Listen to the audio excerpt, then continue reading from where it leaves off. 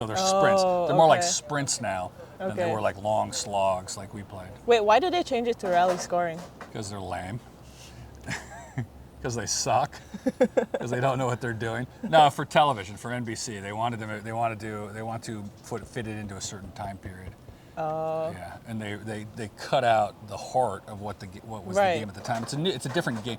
I call it not only a different game, but a different sport. Oh, wow. So it is a different. I did not play the sport they played, and I played it in a different sport. Okay. So there's 3 eras. There was my era was I called beach volleyball popular. The one before mine was because we were most popular.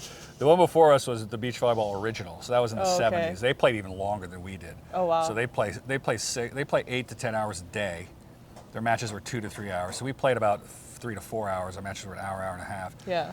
And then there's BVB, the Beach Volleyball Olympics. So those are 3 different sports. It's kind of like a 100-meter dash, a 1,500-meter run, and a marathon, all right, or a 5,000-meter marathon. So they really are different sports. So you would never take Usain Bolt and put him in a marathon. Yeah. It's not the same thing, or 5,000-meter or whatever it would be. So that's kind of, if you want to think about it that way. Or cycling, okay? So you have the Tour de France, then you have the velodrome sprints. Yeah. So now we're in the velodrome sprint stage, whereas the beach volleyball original was kind of the Tour de France style, like just the death march through France, and then we were that middle one. So different sports. So that's what's interesting about sports and the business of sport, and why beach volleyball's struggling right now, maybe because of this. The most popular running distance in the Olympics is the 100 meters. Yeah. The most popular distance in cycling is the 3-week Tour de France. Yeah. Okay, so why? That's kind of the way. Which was volleyball? That one in the middle, between the sprinting and nobody wants to see the marathon.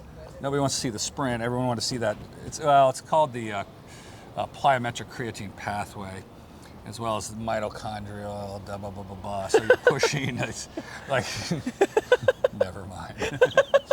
You can explain it. It takes a different biology to run 100 meters than it does to run a 5,000 meter versus what it does to run a marathon. So it takes not only a different athlete and different size athletes. Yeah. So the reason why the athletes are so large today is because the competition's so short. In my day, they were mid-sized because we had a mid-sized competition. In the old days, they were shorter because they were longer. So Usain Bolt runs 100 meter. He's 6'4". He's 190 pounds. And the winner of the Olympic marathon will be 5'4", 5'5", 130. Much different size athletes. So also much different power systems you're using. So if you look at the 3 power systems, 100-meter dash uses different power systems than the 5,000 than the marathon. Same with the beach volleyball.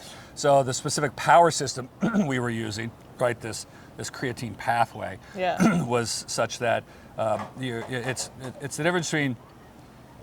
So if you're going to run, there's a difference between running 5,000 meters and running 50 meters 100 times at full speed. Yeah. All right. So both are 5,000, but one is a continuous run, whereas one is a sprint. Yeah.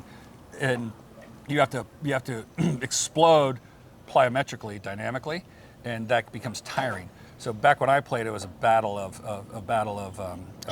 conditioning in a sense. So you'd be sided outside and playing until the first person dies. Right. So that's why when I told you the story about the World Championships in Rio, they decided to choose me. They're going to push into that creatine pathway. So that was going to basically you lose the ability to get energy, and you begin to start generating lactic acid. And you just begin to start. It's a matter of when you hit the wall, and will just your body will collapse. So it's just a battle to see who can stand up, stay there the longest. So now they're kind of. Is that interesting at all? I mean, yeah, no, I've never heard of that before. So that's really cool. So right now they're kind of making it into a 50-meter sprint, basically. Yeah. It's just a quick sprint, and so the guys are tall. They're fragile is the wrong word. They're getting injured more often. So isn't Mole injured? And some of the guys, they get injured more often because they don't play as long, and they Tri-Born got injured too. So some of the athletes. But if you're playing not as long, shouldn't you not get injured as much, or it's just different? You would think that, but no. Your body needs to be constantly pressed. When you don't play or compete, your muscles lose density, your ligaments and your tendons lose strength instantly.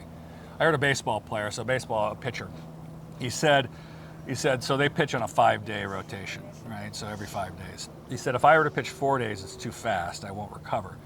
He goes, but if I wait 6 days, I can feel it. I don't have what I had.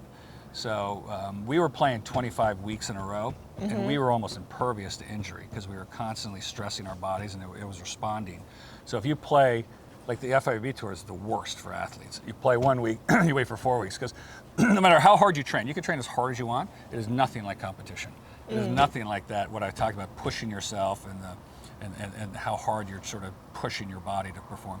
So I would train relentlessly, and I trained very hard, but no matter what, on Sunday I was tired, and on Monday I was sore, no matter what. So you're always going to press yourself harder in competition than in practice. Practice is never the same.